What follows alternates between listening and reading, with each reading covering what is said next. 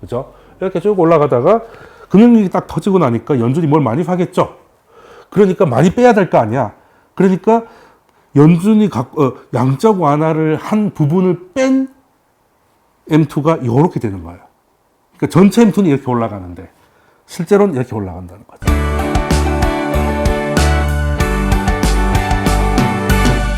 그래서 이 물가에 대해서 한 번은 생각해 봐야 될 만한 거리가 있어서 하나 가지고 왔습니다. 자, 우리가 지금 이제 이번에 미국 CPI가 5%가 나왔습니다. 5%가 나왔는데 참 재밌는 거는 헤드라인보다 코어가 높아졌죠. 보통 이제 헤드라인이 위에 있고 그 다음에 이제 코어인데 이제 코어는 천천히 내려오고 헤드라인이 먼저 내려오다 보니까 이제 그 헤드라인이 아닌 게 된 뭐 이런 재밌는 상황이 터졌는데 요걸 가지고 약간 인플레가 좀 더 갈 것이다 라는 사람들의 주장은 금리를 더 높여야 된다 뭐 이런 얘기를 많이 아직도 하고 계신 분도 있고 최근에 또 그 빅테크 기업들이 또 나스닥에서 또 반등이 나오고 하니까 연준 인사들의 발언도 다시 약간 매파적으로 좀 왔어요. 그래서 시장도 약간 흔들린 부분도 없잖아 있는데 일단 그러면 우리가 좀 크게 봅시다. 크게. 사실 지금 금리를 한 번 더 올리냐 5월 달에 끝나냐 한 번 더 하냐는 건 사실 뭐 그렇게까지 중요하다고 생각하진 않아요. 제가 말씀드렸잖아요. 그러니까 5%에서 0.25하고 1%에서 0.25인 그 비율 차이가 다르기 때문에 지금 와서 한 번 더 올린다는 건 변동성 요인이지 시장이 뭐 레벨을 다운시키거나 뭐 그럴 만한 문제는 아닌데 그래서 좀 길게 보면 진짜 이제는 그냥 인플레가 왔고 정점을 지났다는 거에서는 다 동의하잖아요. 근데 문제는 스태그플레이션 상황이 좀 잠시라도 벌어질 것이냐 아니다 꽤 길어질 것이다 아니면 아니다 무슨 디플레로 돌아갈 것이다 이런 거에 좀 중장기 뷰로 봤을 때 그런 거를 생각할 때 뭘 봐야 되냐면 일단은 인플레이션이라고 하면 이제 공급 측면에 문제가 있고 수요 측면에 문제가 있잖아요, 그죠? 공급 측의 문제가 있는 뭐 오일 쇼크니 이번에 그 작년 러시아 우크라이나 전쟁 뭐 이런 것들이 대표적인 것이고 수요 측면은 쉽게 말해서 돈 뿌리면 재난지원금 같은 거 특히 이제 현금성 지원을 많이 뿌리면 물가가 오른다. 뭐 요거는 이제 온몸으로 겪으셨으니까 다 아실 거예요. 근데 오늘은 제가 공급 쪽의 이야기는 제 강의에서 참 많이 드렸잖아요. 사실 공급이 졸라 중요하고 수요는 대부분 재정 정책에 의한 것인데, 예, 그죠? 그래서 똑같이 양적 완화를 해도 재정 정책을 안 하고 양적 완화를 할 때는 물가가 별로 안 오르고 그리고 양적 완화하고 재정 정책이 동시에 할 때는 물가가 빨리 올랐다. 요거 설명드렸고 이제는 설명 안 드려도 아시겠죠? 근데 재정은 빨리 끝날 것 같습니다. 뭐 공화당이 세게 나오고 있잖아요. 그리고 돈 푸는 것도 한두 번이지 이제 더 이상 풀 명분도 없죠. 왜? 뭐 코로나도 끝났는데. 자, 그러면 이제 그래도 뿌려놓은 돈이 워낙 많기 때문에 이게 잘 안 내려갈 것이다. 그래서 스태그플레이션이 꽤 이제는 인플레 시대가 지나서 스태그플레이션 시대로 갈 것이다.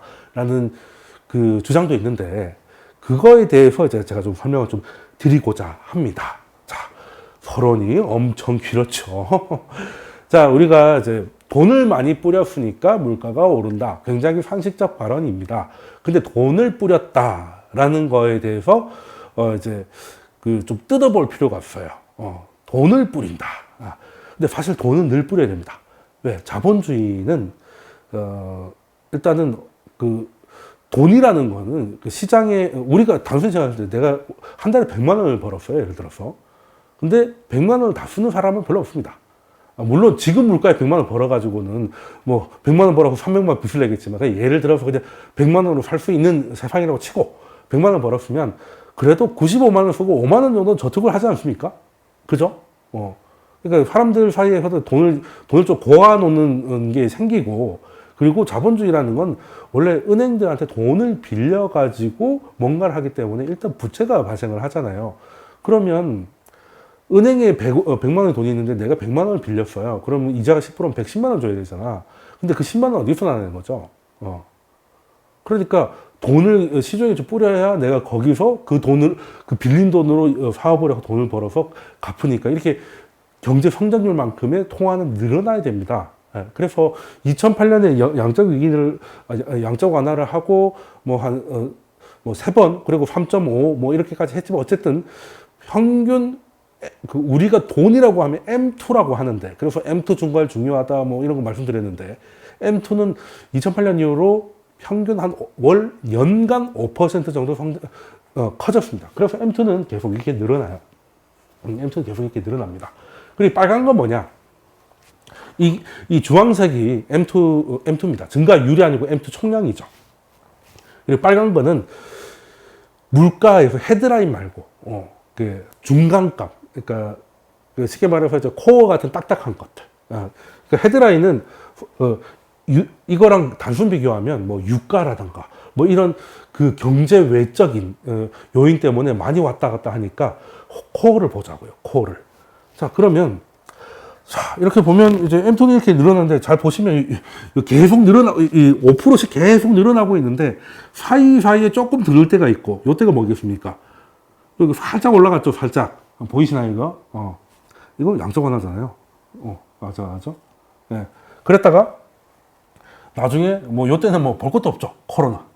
코로나 있었고, 그리고 사이사이에 삐죽삐죽 나왔던 게 2차야 무슨 돈을 약간 또 공급했던 이벤트가 있었던 건데, 문제는 얘는 그냥 원웨이로 갔는데 얘가 뭐 생각보다 별로 안 움직인다는 거예요. 그리고 중요한 거는 눈으로 봐도 코로나 때를 제외하면 요때가 제일 많이 올라갔잖아요. 여기가 불쑥 튀어나온 데가 여기가 경사도 높은데 물가가 오히려 내려갑니다. 이상하잖아요. 직선으로 껐을 때보다 이만큼 더, 그러니까 평균 장기 추세보다 돈을 더 많이 찍어서 M2가 늘어났는데 왜 물가는 꽤 많이 내려오냐는 거죠. 이상하지 않습니까? 그리고 요때도 2차, 3차, 3.5차 뭐 이런 양적완화가 나와 있어요. 여기 약간 여드름 난 것처럼 삐죽삐죽한데 물가 오히려 내려갑니다. 뭐 거의 올랐다고 볼 수가 없죠. 올랐다고 볼 수가 없어. 그리고 2017년 뭐 이럴 때 뭐 QE 이런 거 할 때 여기 올라갔다 옆으로 약간 하는 거 보이시나요? 그때도 뭐 크게 올랐으면 올랐지 내린 것 같지가 않은데. 그러니까 뭔가 그냥 우리가 돈을 풀면 물가가 오른다라는 게 굉장히 상식적인 것 같지만 뜯어놓고 보면 별로 그렇지도 않은 것 같다. 라는 거예요. 아니 근데 이해가 안 돼서 돈을 풀면 물가가 오를 것 같은데 그렇게 얘기해 보지 않았니? 라고. 물론 그렇게 맞죠. 근데 여기에 이제 뭔가 함정이 있으니까 제가 설명을 드리는 거겠죠. 이게 우리가 돈이라고 하면 흔히 M2라고 하는데요. 이 M2에는 과거에는 그 M2를 증가시키는 게 핵심 동력이 뭐냐면 은행의 신용 창출. 그러니까 은행이 쉽게 대출해 주는 거예요. 은행의 역할이 뭡니까? 신용 창출이죠. 우리가 한 예금을 가지고 여기 대출을 하고 그 대출을 가지고 그 대출을 해준 그 채권 가지고 또 이제 뭐 거래를 하면서 은행이 1억을 갖고 있으면 뭐 10번 돌릴 수 있으면 사실상 통화 순수가 10배, 10이다, 10이다 하면 이제 10억이 도는 거하고 똑같은 그런 거잖아요. 은행이 그래서 자본주의의 돈의 흐름을 흐르게 하는 심장이다. 이런 상식적으로 얘기를 하잖아요. 그래서 양적 완화 이전에는 M2 증가율은 은행이 대출이 늘었기 때문에 신용 창출이 는다는 건 뭐겠습니까? 사람들이 대출을 해간다는 거잖아요. 그리고 대출을 하려고 했는데 또 은행이 대출을 잘 해준다는 거잖아. 그렇죠? 그러니까 M2가 느는 거지. 근데 양적 완화를 한다는 거는 은행은 시장에 대출해 줄 생각이 없어요. 근데 연준이 와가지고 은행이 갖고 있는 채권을 사고 현금을 지어주잖아. 근데 이것도 M2에 들어가요.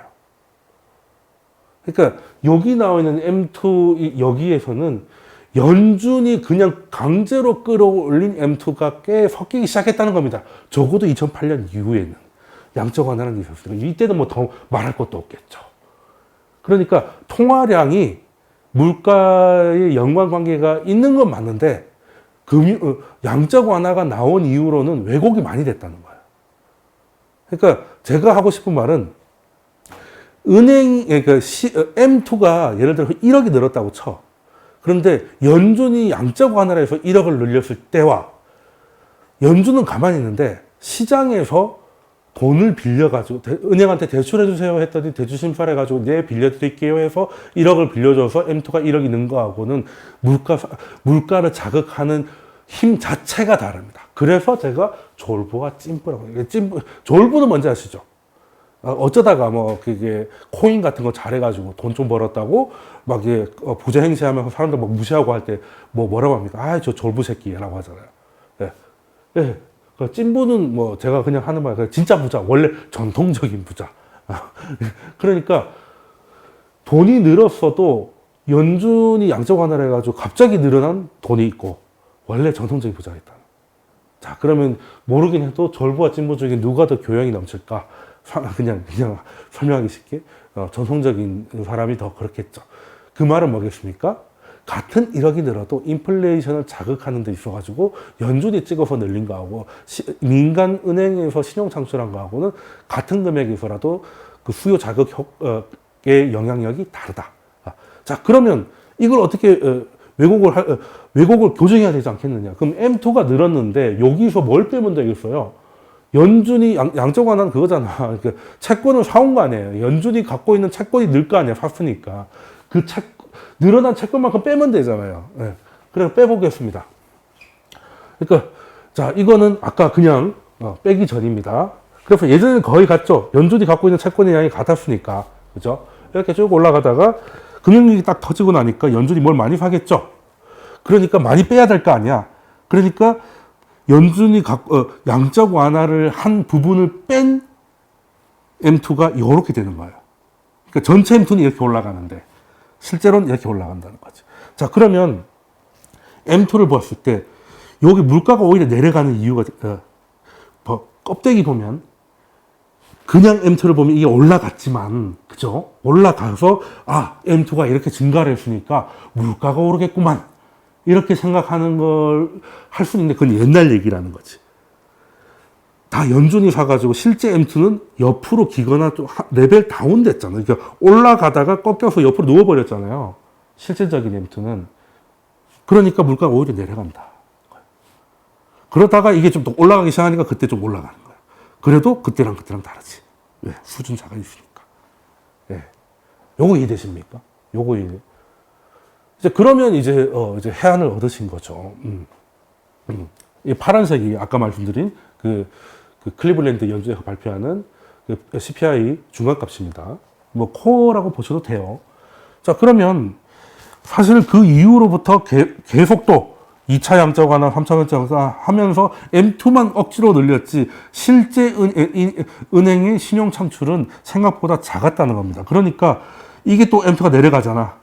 그러니까 M2 전체는 올라가지만 리얼이란 말도 따로 있으니까 실질적인 이제 연준의 양적 완화를 제거한 M2는 내려가잖아요. 물가 내려가든지 박스권이죠. 박스권. 그죠? 그러다가 얘가 좀 올라가니까 그제서야 올라가는 그런 상황이 나오는 겁니다. 왜? 누워있다가 박스 깨고 올라가니까 그때부터 뒤늦게 물가가 따라 올라가는 거죠. 그러니까 통화량이 물가를 연관관계가 있는 건 맞는데 양적 완화로 늘린 통화량을 빼야 된다니까요. 이해되셨죠? 이해되셨죠? 그러면 지금 보면 요렇게 올라왔다 이것만 해도 뜨악 할 만한데 이거는 다 뭐다? 은행에서 대출해 준 게 아니고 연준이 그냥 은행에 채권 사가지고 무제한 양적 완화로 늘린 M2다 빼고 나니까 꾸물꾸물 올라가다가 요때부터는 거의 누워 있습니다. 그죠? 그리고 2023년 정도 오히려 이제 이 박스권을 하단을 찍으려고 하죠. 그죠? 자, 스태그플레이션, 그러니까 공급 충격이 따로 없다면 계속 이렇게 물가가 고용시장이나 사람들의 소비가 강력해가지고 그 강력한 수요를 바탕으로 지금만큼 높은 물가를 유지하는 그런 스태그플레이션이 가능할까? 전 아니라고 봅니다. 그죠? 왜 이게 내려가고 있는데? 실질적인 상호관계는 보라색보다 빨간색이, 즉, 양적 완화를 제거한 M2가 훨씬 높다는 거예요. 자, 그러면, 어떻게 보면, 이제 왜 이런 일이 벌어질까? M2가 느는데 얘는 왜 이렇게 주냐는 거죠. 그러니까 이거는 정확히 얘기하면, 이제는 상식을 좀 바꾸셔야 돼. 돈을 찍어서 돈을 찍으니까 물가가 올라간다는 건 2008년 이후로는 폐기해야 되고, 이제부터는 은행들의 이해관계, 그러니까 태도, 은행들의 태도가 물가를 결정한다고 봐야 돼. 자, 여러분들이 요즘 은행들 겁나게 욕을 먹고 있죠. 왜? 남들은 뭐 이제 전세이자 뭐 주담대 이자 올라가서 죽을 것 같은데, 은행들은 뭐 사상 최고의 성과급 잔치를 했다 뉴스에서 막 마치 이 모든 게 내가 이자가 늘어난 게 그냥 100%다 은행 수익인 것처럼 막 얘기를 하면서 은행들이 막 눈치 보고 있잖아요. 우리나라 은행은 불쌍한 은행이에요. 미국 은행을 보시면 보통 은행들은 뭐 먹고 삽니까? 예대 마진이에요. 예금 받아서 그걸로 대출해 주잖아요. 그러니까 예금 이자가 2%고 대출 이자가 5%면 3%가 은행이 먹는 거 아니겠습니까? 그죠? 근데 우리나라는 그래도 기준금리가 올라가면 예금금리도 거의 같이 올라가요. 그래서 작년 연말로 12월쯤 되면 예금금리 5%짜리도 나가고 그랬잖아. 그때는 막 이제 그 시장이 막 흔들리고 금리가 엄청나게 올랐었으니까. 근데 지금 우리나라 금리는 5%는 아니고 이제 그 기준금리가 3.5 정도 되니까 이제 예금금리 한 3% 정도 되죠. 그럼에도 장기금리가 올라가니까 예대금이 생겨가지고 그 와중에도 돈을 벌잖아요. 근데 미국은행은 더 골 때립니다. 미국은행은 한국은행하고 미국은행하고 차이가 뭐냐면, 물론 규모 차이도 있겠지만, 한국은 양적 완화를 안 했잖아요. 코로나 때. 코로나 때가 아니라 한 적이 없지. 근데 미국은 툭하면 양적 완화를 했잖아. 양적 완화가 뭐예요? 그냥 채권을 가져가서 현금 주는 거잖아. 근데 예금을 받으면 현금이 들어오는 거잖아요. 그러면 미국 은행들은, 대형 은행들은 이미 현금이 졸라게 많아요. 늘리고 싶지도 않았는데 양적 완화를 해서 늘어나 있기 때문에. 그런데 연준이 금리 올린다고 해가지고, 저희도 예금금리 지금 연준금리가 5%니까 저희 예금금리 5% 드릴게요. 안 그럽니다. 급할 게 하나도 없으니까요. 그러려면 MMF로 가셔라. 예금금리 지금 평균 0.5입니다, 미국에. 0.5예요. 그러니까 왜 넣는지 잘 모르겠는데. 그렇잖아요. 그런데 10년 물금리 한때 4% 찍고 지금 3. 몇 대 후반이잖아. 그럼 예대 마진이 끝내주는 겁니다. 예대면 지금 300bp가 넘잖아, 지금. 그렇잖아요? 물론, 이제, 중소은행은 이제 미수 매칭은 잘못해가지고 뒤지고 뭐 하지만, 은행 전체로 보고 대형은행으로 봤을 때는, 그래서 은행 위기가 크게 안 번진 게, 대형은행들은 이미 수익률 구조가 너무 좋아져 있기 때문에, 이번에 실적 발표했는데 안 좋을 거라고 했는데 다 생각보다 좋게 나왔잖아요. 아니나 이런 구조가 있으니까. 아무리 경기가 나빠지고 해서 옛날처럼 안 될 거야라고 했는데 그래도 괜찮아요. 왜? 예대 마진이 괜찮거든요.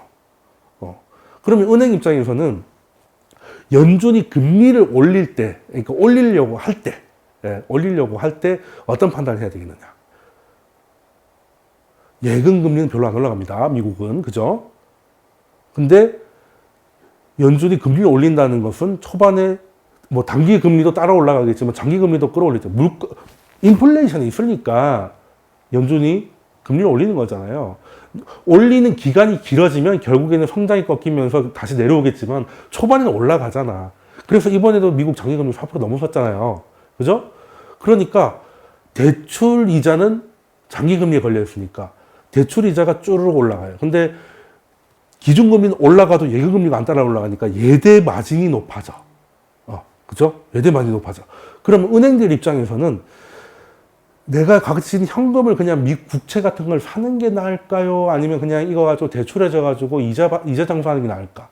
당연히 이자 장사하는 게 낫죠. 당연히. 채권 지급하면 뭐해? 금리 올라가면 떨어질 건데. 그렇지 않아요? 그러니까 오히려, 그러니까 이 금리 인상이라는 게, 이 진짜 그 물가를 잡으려고 하는 건지 맞나 싶을 정도로 이렇게 약간 이런 역설적인 상황이 벌어져요. 그래서 올해 2022년에 연준이 역사적으로 빠른 속도로 긴축을 강화하잖아요.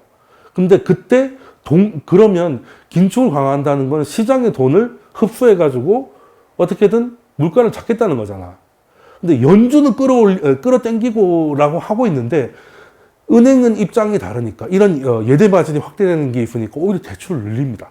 그래서 연준이 자이언트 스텝을 막 밟고 정신 나갔을 때 미국 은행은 2015년 이후로 최대 속도로 대출을 늘립니다. 이거 보여드릴게요. 이게 대출을 늘리는 거예요. 빨간 게 뭐냐면 은행이 채권 같은 거, 시큐리티죠. 증권에 투자하는 겁니다. 증권에 투자하는 거에 증가율이에요. 그리고 파란 거는 이제 그 돈을 대출해 주는 겁니다. 자, 코로나가 다 터지고 그래서 일단은 대출하라고 해서 일단 해줬어. 그런 다음에 대출을 확 줄이죠. 그래서 채권 같은 걸 막 삽니다. 왜? 그때는 왜? 장기 금리가 계속 내려왔잖아요. 그때는 무제한 양적 완화 때문에. 그러면 그냥 대출해 주는 것보다 계속 채권 가격이 높아질 거니까 은행 입장에서도 대출보다는 미국채 하는 게 낫다는 거죠. 그래서 증권을 많이 삽니다. 대출이 훅 줄어요. 그러다가 이제 인플레이션이 나온다, 이렇게 하면 2022년 이때쯤 되니까 대출이 미친 듯이 늘고 증권 투자를 안 하죠. 은행들이 바보가 아닙니다.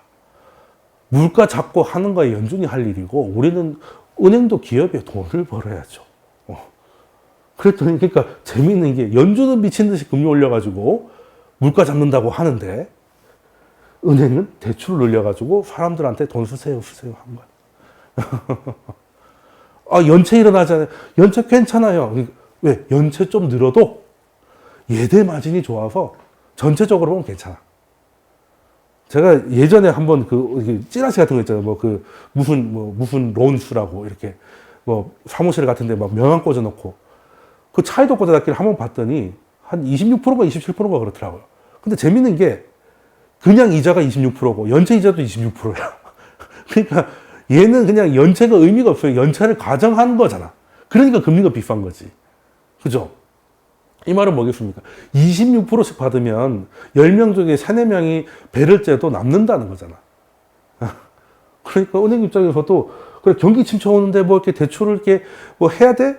근데 경기 침체는 지금 나중 얘기고 지금 이 정도 예대 마진이면 일단은 빌려주고 그리고 잘못되면 걔네들은 좀 그냥 잘못했다고 치더라도 전체적으로 보면 돈이 벌어지니까 은행은 대출을 늘렸어요.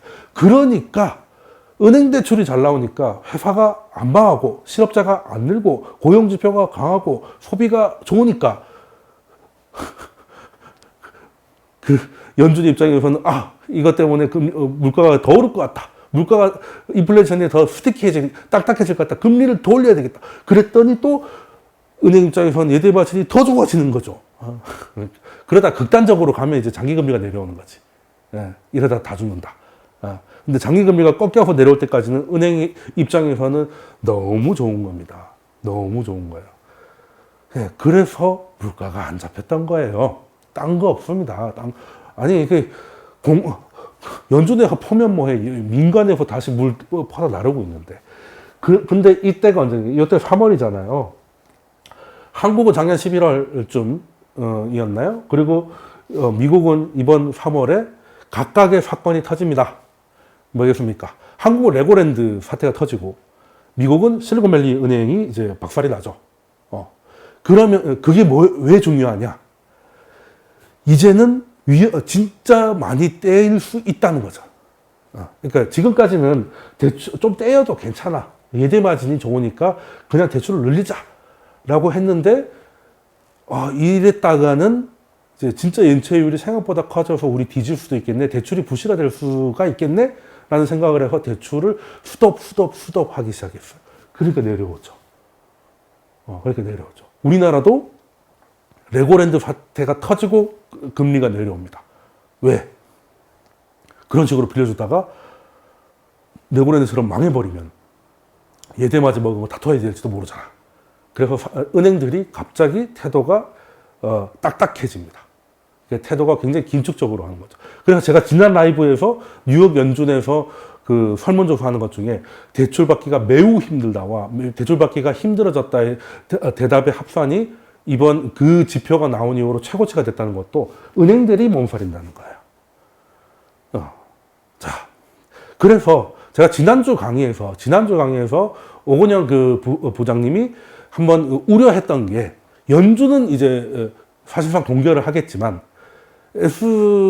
실리콘밸리 은행 이런 것 때문에 민간에서 긴축이 일어나면 흔들릴 수 있다. 라고 그렇게 말씀을 하셨는데 저는 조금 다른 견해가 있는 게 그게 좋은 걸 수도 있다. 왜? 지금까지는 연준이 돈을 끌어왔는데 민간은 오히려 푸는 쪽의 입장에 있었기 때문에, 근데 그게 바뀐다. 그러니까 연준은 그대로 동결로 가는 건 저 똑같이 생각을 하는데, 민간이 이렇게 돈을 푸는 게 오히려 줄어들어서, 물론 그 좀 연끌했거나 이런 데는 좀 넘어가겠지만, 문제가 되겠지만, 그거는 이제 그때그때 반창고 붙이면 되고, 마치 그 민간에서 주도되는 그 긴축 때문에 큰 위기가 올 거라기보다는 오히려 물가가 잡힐 거라고 저는 생각을 하고 있습니다. 물론 타고난 긍정론자다 이런 생각할 수도 있겠지만, 뭐 이런 것도 있다니까요. 그러니까 제 말이 맞다는 게 아니고 이런 생각도 있으니까 한번 들어보시라는 거고, 제 생각이 틀리면 그냥 틀릴 수도 있고 맞을 수도 있죠. 근데 틀리면 우리는 상관없죠. 왜?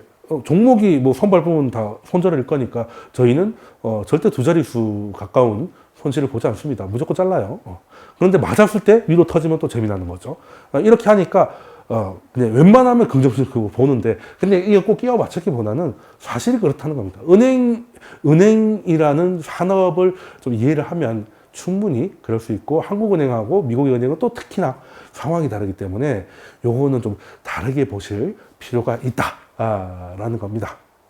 그래서 저는 이제 그 조금 정리를 해드리면, 통화량이 증가한 건 분명합니다. 분명하고, 그리고 극단적으로 증가를 했죠.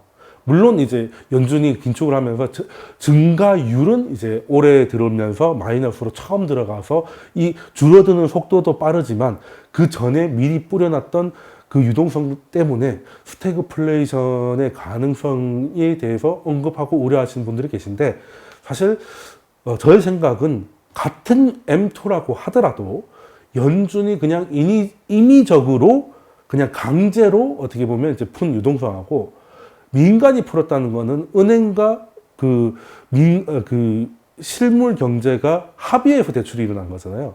실물 경제에서는 뭔가 돈이 필요하니까 대출을 한 거고, 은행은 그게 괜찮다고 판단되었으니까 대출을 승인해 준 거죠. 해준 거거든요. 위험한데 그냥 무조건 해달라고 해서 해주는 건 아니잖아요, 대출이라는 게. 그래서 이 같은 1억이라 하더라도 얘는 이미 용처가 있어서 필요해서 대출을 하는 것이고, 얘는 위기를 막기 위해서 어떻게든 장기 금리를 끌어내리기 위해서 인위적으로 늘어난, 어떻게 보면 결과물에 가까운 유동성이기 때문에, 같은 유동성이라고 해도 그 통화 승수, 그러니까 도는 속도, 이런 것들이 비교가 안 된다. 그래서 이런 것들을 다 걷어내고 나면 그 현재 유동성은 뭐 그래도 는 건 맞지만, 근데 뭐 경제도 성장을 했으니까요. 근데 지금은 오히려 이렇게 늘었을 때보다 옆으로 누웠기 때문에, 이게 오히려 이때 보시면 옆으로 누우면은 물가가 올랐다가 어떻게 되는지 보이잖아요. 이때도 보이고.